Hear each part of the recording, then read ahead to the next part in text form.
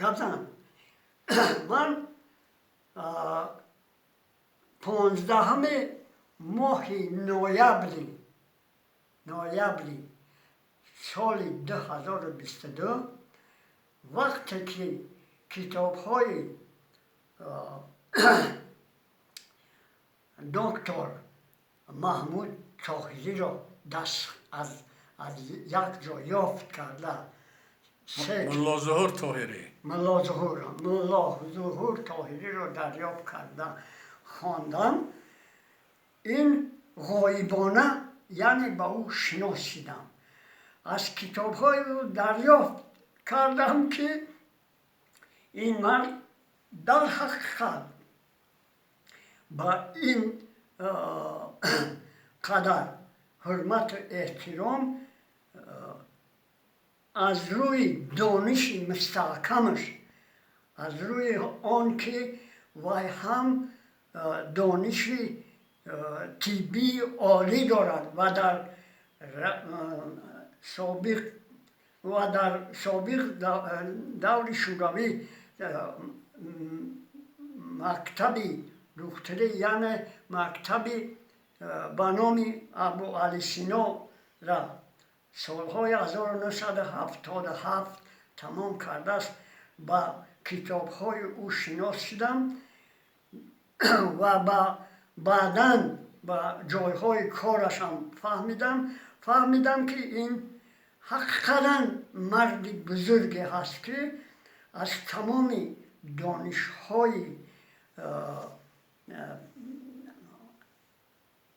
عصری پیش که به ما از ابو علی سینا از بیرونی و از دیگر متفکران بزرگ خلق ما گذاشتند پر شناس داشت و او اختصاص اساسیش دکتری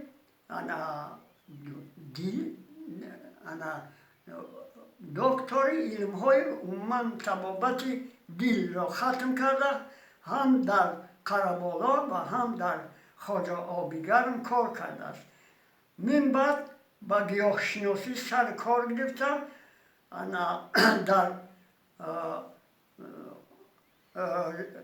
در تاجیکستان که اولا آنقدر به این مسئله گیاه شناسی دقت نمیدادن،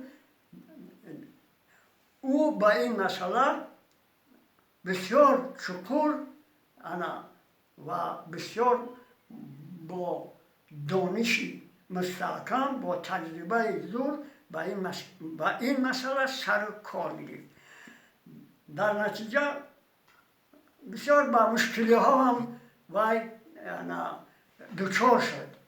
مجبور شد که خودی نقطه نظر خودش را یک کار کرده در هم جمهوری خودمان و بعداً که بسیار مشکلی کشید به طرف روسیه رفته، در آنجا دانش خودش مکمل کردن.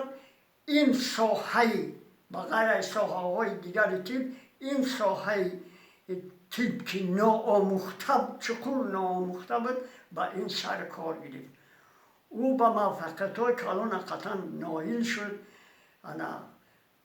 و نامی در اونیورسیته خودی مسکو که آنجا او هم تعلیم طبابت میکرد و هم با تعلیم میگرفت، در آنجا جای گرفت. در همانجا یک چند سال زندگی کرده، کوشش کرد که مقصد مرامش پرره اجرا کنم. میبخشید شما چند ساله؟